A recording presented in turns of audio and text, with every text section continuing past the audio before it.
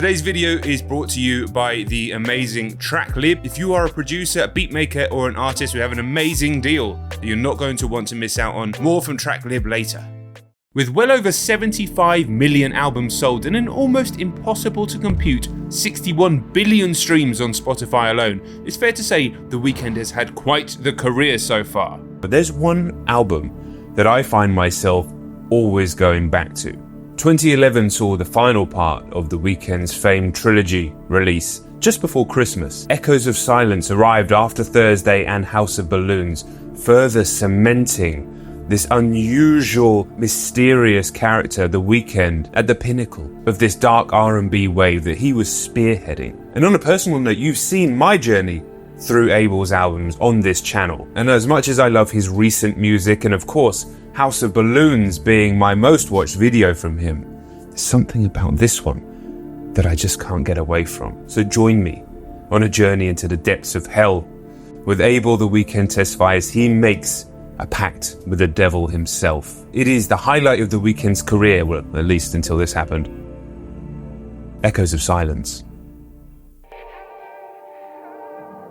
Without Michael Jackson, there is no Abel Tesfaye. Well, at least there is no The Weeknd. So it shouldn't come as a huge surprise to hear a Jackson cover at this stage in his career. So Dirty Diana, DD, Jackson's own electrifying ode to Temptation's treacherous waters, audaciously reimagined by The Weeknd. Initially, this rendition, DD, might feel like an outlier, a sort of clanging tone shift from the lush narrative fabric that Abel weaves through Thursday and House of Balloons. A bit too on the nose, perhaps. Not up the nose, that's later. But this homage is not just a nod to the influence of Michael Jackson, it is a reinterpretation of the classic. Where the Dirty Diana in Jackson's story personifies the tension between virtue and vice, here she is the embodiment of all that beckons to the dark recesses of the shadow realm. A muse, a narcotic, the intoxicating allure of the zone. And going a layer deeper, this Diana could simply be seen as a reflection in the mirror. Where Abel himself is both the doomed protagonist of our story, but also the Pied Piper, leading himself into oblivion. The Weeknd's take on DD operates on multiple planes. It's a subtle but significant deviation from the King of Pop's vocal fury that he has in that track. Jackson's version is like a masterclass in vocal urgency. You hear it and he's like punching through the tapestry of the song. Sound of a man in conflict. His voice like a taut wire suspended between the moral high ground and the abyss of desire. And Steve Stevens, that's the guitarist on the first track. It's called Steve Stevens, by the way. His guitar just wails. In contrast, The Weeknd's iteration starts with a similarly dramatic flourish. You have these thunderous drums heralding the advent of a tempestuous journey, but Abel's vocal approach oscillates between assertiveness and an almost willful vulnerability, painting the portrait of a man not so much torn as he is in trance, his descent into this underworld, not so much of a struggle but just a accepted surrender. Where Michael's voice has this kind of anger and self-reproach in the song, Abel's is just like a seductive resignation to everything that's happening. And the addition of these lush, velvety synths infuse it with a kind of like a sultry ambience. It was actually absent in the original. In The Weeknd's world, both the temptress Diana and Abel, and alongside us, the ensnared listeners, they're entangled in a kind of intimate dance, locked in a seemingly consensual fall from grace. In this version, struggle gives way to the inexorable pull of the abyss. The thrilling vocal run, about 3 minutes 30 in, breaks from the strained frailty of Abel's delivery up to that point, seemingly signifying a kind of acceptance and, to be honest, a possible delight in succumbing. I mean, he does sound pretty alright with the whole thing. Abel's DD is a decadent descent, where resistance isn't so much futile as it is willingly forsaken, and we as the listener are all too happy to follow. Leave the girls alone. Laisse tomber les filles, the haunting refrain that underpins perhaps my favourite Weeknd song of all, the stunning Montreal. Now, I just need to run a clip of Abel singing this at the London show last year, which honestly, it felt like it was directly for me. It almost definitely wasn't, but it was just unbelievable.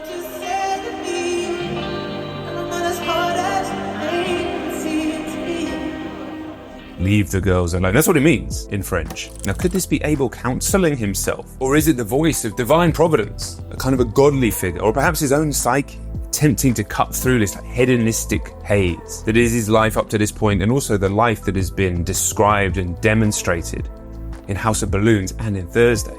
It's certainly an immediate pivot into the kind of cycle of regret that repeats throughout the song and the album as a whole. Potent thematic counterpoint to the sins of Dirty Diana. And the shift to French lends the song kind of air of confusion, at least to English speakers, and that kind of adds to the atmosphere. Echoes of Silence was actually recorded in the Quebecan city, which Abel told Complex back in 2013 was a place that experienced a lot of darkness. And I think we can hear that in the record, and as such, the song's tonal palette darkens rapidly, foretelling the ominous turn that the record is about to take, and it does get fucking dark. I guess you had no idea you could have persuaded me, Abel confesses, his voice like a serpentine trail through the garden of manipulation and faux contrition. If I said that I won't call, the lying comes natural to me. The Weeknd's cinematic influences are clear and myriad, with directors such as Ridley Scott and Cronenberg often directly referenced by The Weeknd himself. Montreal, to me, is kind of reminiscent of 1987's Near Dark, though, from Catherine Bigelow, where she explores the vampire mythos and kind of blends it with Western and romance. It's all flickering streetlights and hedonistic temptation and brutal consequences. You could have been that lonely star. It unfolds as a deceitful siren song. Remember how we spoke about DD potentially also being a mirror? Well, so too Montreal is self-referential, this time artfully weaving in threads from Thursday's Lonely Star. Indeed, Lonely Star kind of starts in a similar way to Montreal, kind of scuffed 35mm film and static, only this time to surge into a fervent, pulsating rhythm. It's like an amphetamine-fueled homage to Massive Attack's Amazing Angel, the sort of pulsating synths in that track that sort of thrum and hum. And back to the song itself, there's a line, I could be your best friend. You don't need your best friends. Ventures dangerously into the realm of coercion, dangerously into the realm of sort of psychological captivity, and it's something that is going to happen later in the album as well. But Montreal also circles back to its other refrain, you could have had it all, you could have had it all, you could have had it all, as a mantra that's juxtaposed against the muffled now repetition of laisse tomber les filles. Almost like that divine providence that we spoke about, that call to not going down this path, to leave the girls alone, is being suffocated. And the seductive world that Abel finds himself in, but also the seductive world that Abel promises, is engulfing the fading light of what once was. So it's the dichotomy of these dueling chants that really lay bare the transformation that happens on this album. We see this so much in Abel's music. He's even been referencing on social media the Divine Comedy for the third part of the current trilogy. As I'm recording this, the third album, After Dawn FM, is not out yet, but it may be as you're watching. And I'm sure there are going to be similar themes. So Montreal just stands not just as a song, and a beautiful song with that amazing scale that he goes up to in the chorus, but also like a tempestuous voyage. This is the moment where the call to hedonism, the call to go back to the other place, is too strong for us as the listener, for Abel as the protagonist or antagonist, and the girl or girls to resist. We're in now. If Montreal has whispers of manipulation and kind of like vampiric allure, outside hammers the point home like a stake through a frozen heart. But there's some really interesting kind of fourth wall breaking going on here as well. The glockenspiel rhythm that anchors outside, and you'll know, you can probably hear it in your head, or if you're watching a version on Patreon, you can literally hear it right now. It's a melody you might actually recall from, it's been used in commercials, it's been used in bank adverts. It's from a band called The Cults, and the song is called Outside. But if you watch the music video to this song from The Cults, and the name of the band should give you a clue, it really puts things in a very unsettling light. So the band in this video put themselves into the real footage from Jonestown, the place where the famous Jonestown massacre happened, the ill-fated commune, the cult, where Jim Jones took naive, innocent, in quotation marks, broken people, pulled them all together, and then ultimately convinced them to kill themselves. When I'm finished with you, you won't want to go outside. I can't help speculate that Abel and his producer Elangelo chose this sample from the Cults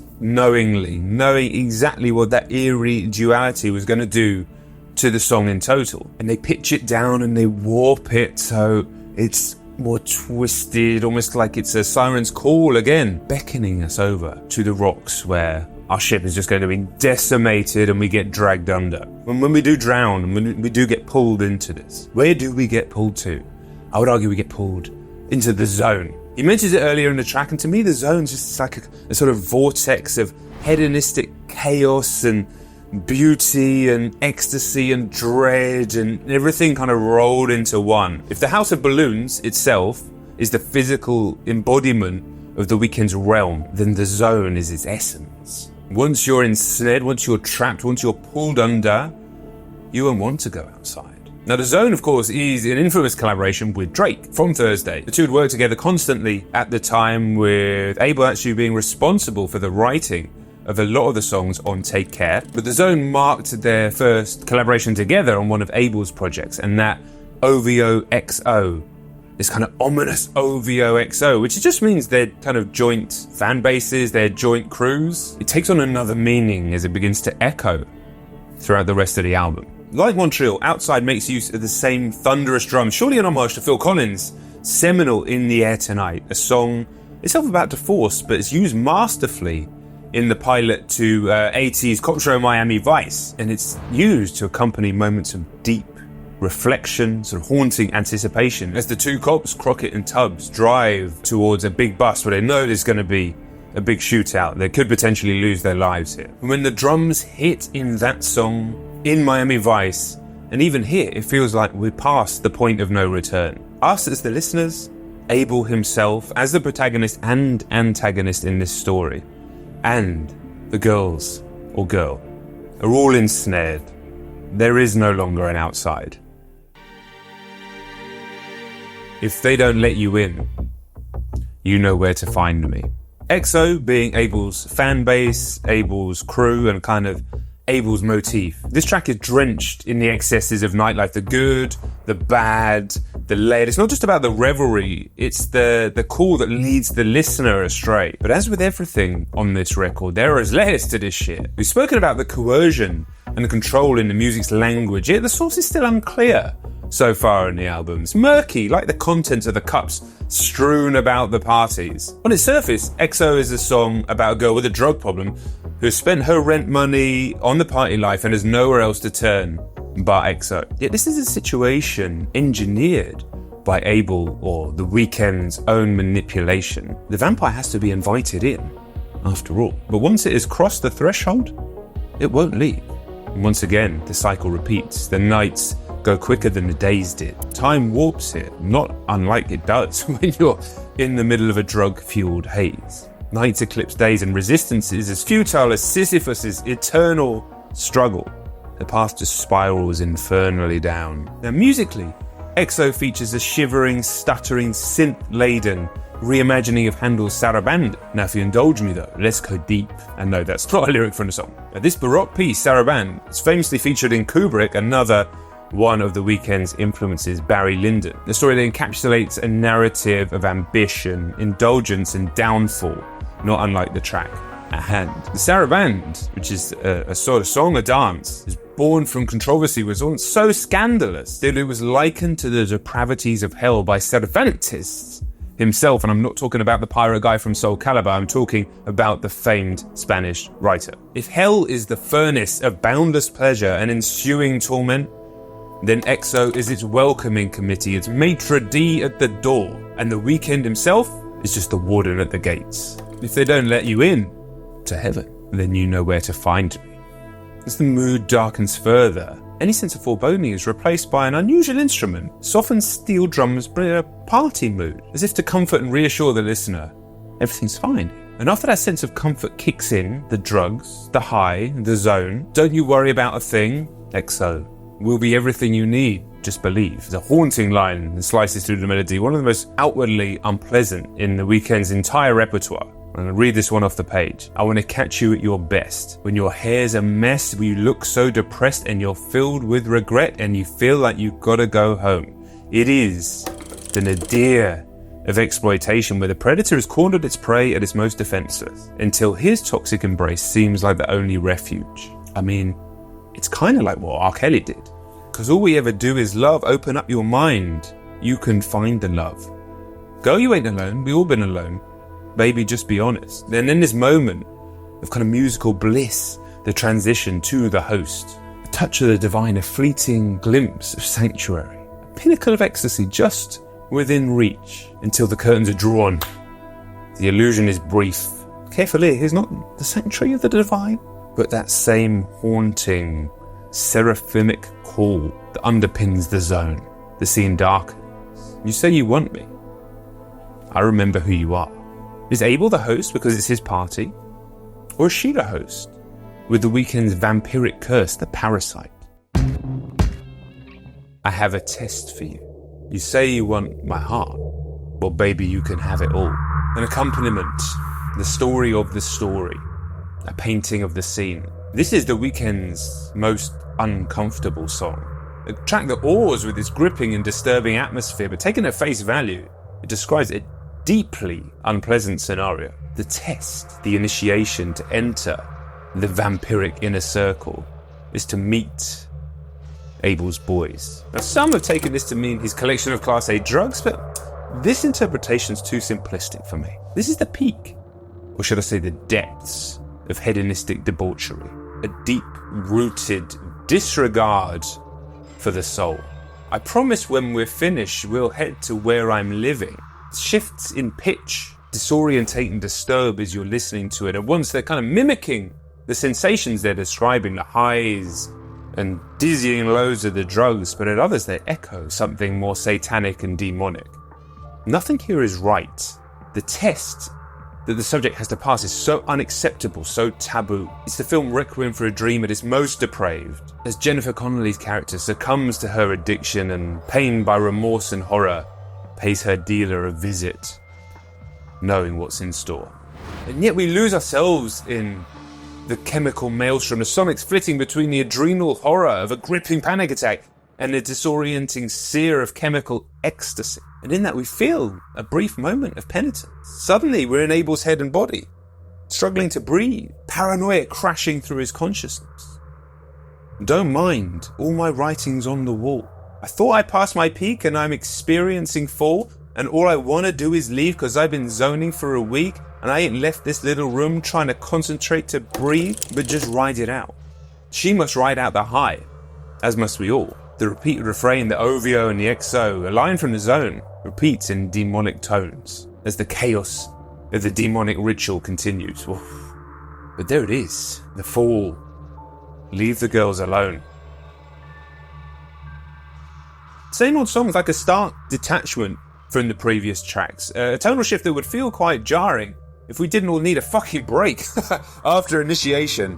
I needed to get out of that bloody room. But as with the rest of the album, the song works on multiple levels. On its surface, it's a track that tells a story about a woman who wasn't interested in Abel before he was famous, and now she is. She's the DD in the cautionary tale from the beginning, the same old song. But this track, with its repeated chorus and connections to the rest of the album thematically, once again explores this cycle of emotional, chemical, and spiritual torment that Abel both suffers and imposes. A seemingly never-ending cycle that he and she, this sort of faceless, nameless, infinite she, are doomed to repeat forever. The same old song. Now, where XO, the host and initiation, moved into the realm of the vampiric, this section of the album is definitely dealing with the defying and the infernal. As this song progresses, Abel himself is both the Lucifer and the lost soul in this personal inferno.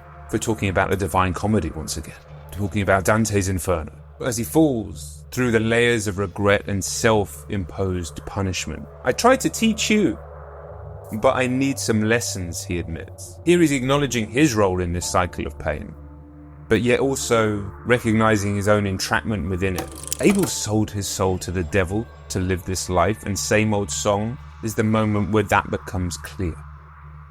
A Faustian pact, if you will, with the devil.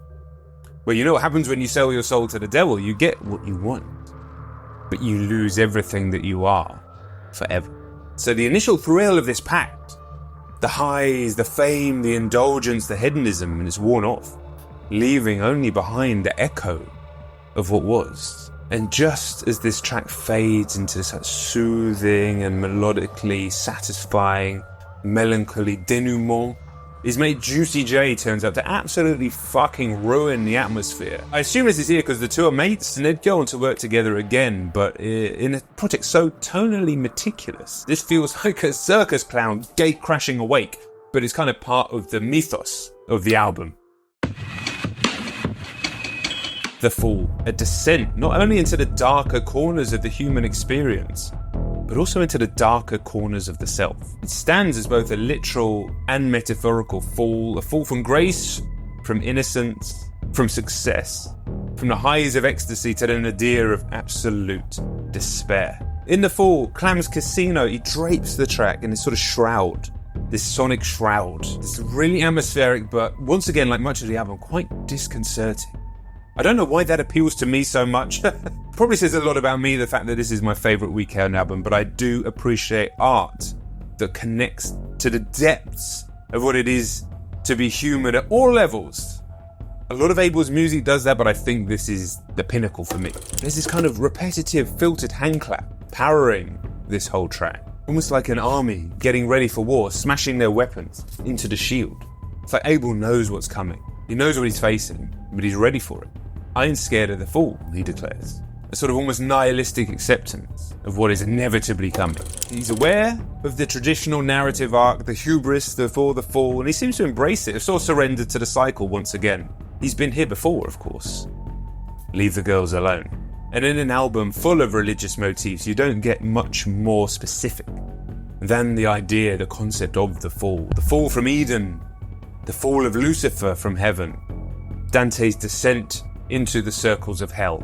There's a sense, like in all of these stories, that Abel, or the Weeknd's fall, is as much a consequence of his own actions as it is like a predetermined chapter in the narrative. The track also acts as a pivot, echoing the whole journey through the mixtape. We find Abel at a crossroads, his voice threading through the music with a mix of kind of fatalism but defiance. It's as though he stands or even sits at the edge of his own inferno, peering into the abyss that he has both created and been led to by the hand of fate or providence or simply an endless cycle of determinism. But there's a kind of sense of agency here. It's not only acceptance, it's almost like a challenge. He isn't merely succumbing to this descent. He's meeting it head on. And there's this duality throughout the whole album. The fact that he is being pulled inexorably towards this place, and so are we, and so are the girls. But the fact we desire it, we've chosen to listen to this album. He's chosen to live this life, and they've chosen to be with him. Next arrives as a soul-bearing confessional, a stark and vulnerable narrative point in the album. And the Weeknd lays bare the aching emptiness that comes after the fall here. After the echoes have faded into a hollow silence. The texture of remorse is palpable as Abel croons about the transient nature, almost the transactional nature of his relationships. His relentless pursuit of the next high, the next thrill, the next fleeting connection. It's a stark portrayal of the aftermath of indulgence, where the hunger for something more, something new, never actually ceases. There's never a moment of satisfaction, true satisfaction. And here, you just want me 'cause I'm next, he sings. A line that resonates again with double meaning, because as well as the women in his life and the women in this story, Abel here feels like he's just up next, the flavour of the month in the record industry, in the entertainment industry, ready to be exploited and then discarded for the next, and the next, and the next. It's the same old song. And even though he's so young in this album, only 21 years old, that he mentions in the story, I might be 21, but I've got memories to prove that I've seen your kind before. He's experienced the fall. He's experienced this cycle many times already, and so he's seen it all before, but it doesn't mean that he's happy about it. It definitely doesn't mean that he has satisfaction about it, alignment. In many ways, Abel's searching for the divine in this album, but in doing so, is pulled so far away from it. And of course, that's because he's made this Faustian pact with the devil. He got everything, but in doing so, he gave away his soul. And what does that mean? He's exchanged his anonymity for a spotlight that both illuminates and burns. You just want me 'cause I'm next. The industry, the groupies, the lifestyle, the devil. And as we move into the final track, Echoes of Silence, Even just speaking about this on camera gives me more appreciation, more admiration for the album itself. This is one of the most fragile songs in the Weeknd's catalogue, certainly up to this point. Acts as a sort of haunting coda, coda in music where you get to it and you repeat the section. And Abel's voice emerges, almost like the actual pure voice, the real voice that has been pushed down, the one trying to escape the pact. And as the final notes of the album ring out, the listener, us, is enveloped in a kind of chilling stillness. The song is this really stark contrast from the hedonistic revelry that permeates and pervades the rest of the record. It's the silence after the party, the emptiness after the crowd has dispersed, the come down and the memories, the ghost of what once was, whether it's the party, the relationship, or the moment, or the spirit, the life, the soul, the self abandoned in pursuit of something that was actually never truly attainable. Abel's vocals here are beautiful. They're vulnerable and sincere, and they act as a confession, a lamentation, and perhaps a faint hope, but a sort of doomed hope, a redemption. Talk to me, baby. Tell me what you're feeling, he pleads, as if reaching out to salvage a connection from the void. The religious and literary motifs that have woven through the whole tapestry of the album find their resolution in Echoes of Silence, in the track.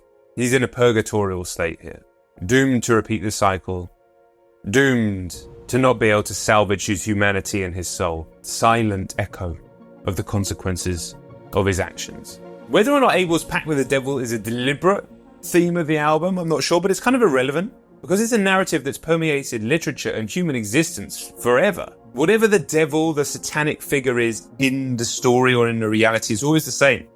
A cautionary tale on the pursuit of ambition and hedonism. Nothing comes for free.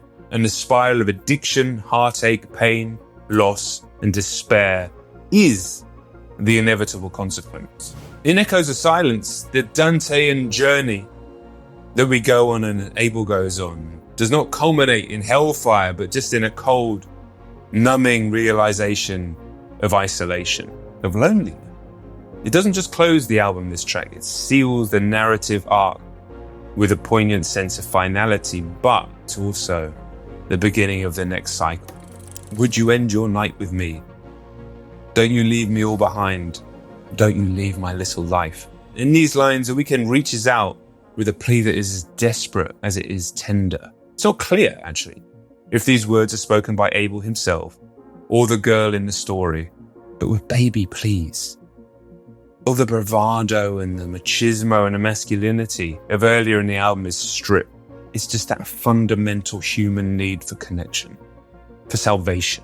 This is not the voice of the charismatic seducer, the untouchable star, the dark, sexy vampire, as I think I called him, in perhaps the reaction to Echoes of Silence, certainly in one of the reactions. He is the dark, sexy vampire. But just a man sitting at the edge of loneliness, reaching out for a companion. And then, don't you leave my little lie, as if everything that came before, it was nothing. Because what is it all? What is all of this that we look to attain? This ambition, this greed, these material things.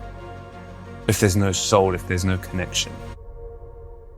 Right, if you're a producer, a beat maker, an artist, or even just a fan, honestly, I've got something game-changing to share with you today. If you've ever struggled to find the perfect sample or loop for your creation, then this is for you. It is TrackLib. Meet TrackLib, the ultimate online store for sampling. There's over 100,000 real songs from all decades and genres. So finding the right sample has never been easy. You just use the software, which we'll go through in a second. What's amazing about TrackLib is that all your sample clearance, all that difficult stuff taken care of. TrackLib has just launched Sounds, which is a huge library of royalty-free sound samples, loops, packs. This is the Resonance pack from the Sample Lab. You can go and check it out. So we've got a bass one shot, we've got some drums. You can literally pull it apart like that or play an actual loop. What's really amazing about TrackLib is they have over 100,000 real songs that you can take and sample from when you sign up to the various tiers. So let me just quickly go through how it works. I've clicked on Cult Classics, by Omar, which is a public collection. There's a bunch of songs in here and we can just play them. Tells you the BPM, tells you the key. Now, you might recognize that, right? So I can come down here and I can go, I want a 4-bar loop of that section. I'm gonna put a boom bap beat behind it. Okay, let's pitch that down a bit. Giving it a bit more of a kind of Alchemist vibe. Listen, not comparing myself to that, but considering what we're doing just within the software, I think that's amazing, to be honest. Now, obviously, you're watching a video about The Weeknd. You can search via artist, and then check this out. You'll recognize this straight away. All right, so any Weeknd fan will recognize this. The original song is Can't Stop Loving You from Soul Dog. Let's change it up, put a bit of a trap beat behind it. I pitched it up one tiny little bit. Listen, I'm not saying that's better than the original. What's amazing when you're using the sounds is completely royalty free. So once you're signed up, you can just use it straight away in your track. So sign up for your free trial today. Make sure you're using my link down in the description because TrackLib have got an amazing deal for you. You're getting double the amount of credits for signing up with my link. There's 100 download credits. There's a link down in the description. I would go as far as saying if you are a producer or a beat maker, this is essential in the modern world. Absolutely essential. So happy to be in a partnership with TrackLib. I think it's perfect for my audience. I'm sure you'll agree. So link down in the description for TrackLib. Go and check out the software. Go and check out the platform. I know you're going to love it.